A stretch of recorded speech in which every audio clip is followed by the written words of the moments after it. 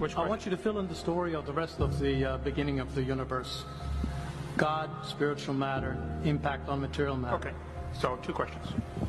All right. Go ahead. All right, your question, where did God come from, assumes that you're thinking of the wrong, obviously it displays that you're thinking of the wrong God, because the God of the Bible is not affected by time, space, or matter. If he's affected by time, space, or matter, he's not God. Time, space, and matter is what we call a continuum. All of them have to come into existence at the same instant, because if there were matter but no space, where would you put it?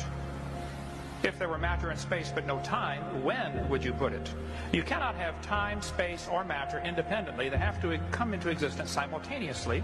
The Bible answers that in 10 words. In the beginning, there's time.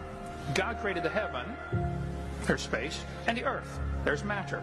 So you have time, space, matter, created a trinity of trinities there. Just, time is past, present, future. Space has length, width, height. Matter has solid, liquid, gas. You have a trinity of trinities created instantaneously, and the God who created them has to be outside of them. If he's limited by time, he's not God. The guy who created this computer is not in the computer. He's not running around in there changing the numbers on the screen, okay? The God who created this universe is outside of the universe. He's above it, beyond it, in it, through it. He's unaffected by it.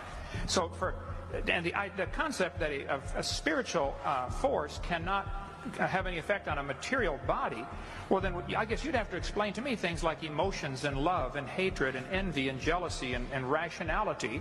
I mean, if your brain is just a random collection of chemicals that formed by chance over billions of years, how on earth can you trust your own reasoning processes and the thoughts that you think? Okay, so your question, where did God come from, is assuming a limited God. And that's your problem. The God that I worship is not limited by time, space, or matter.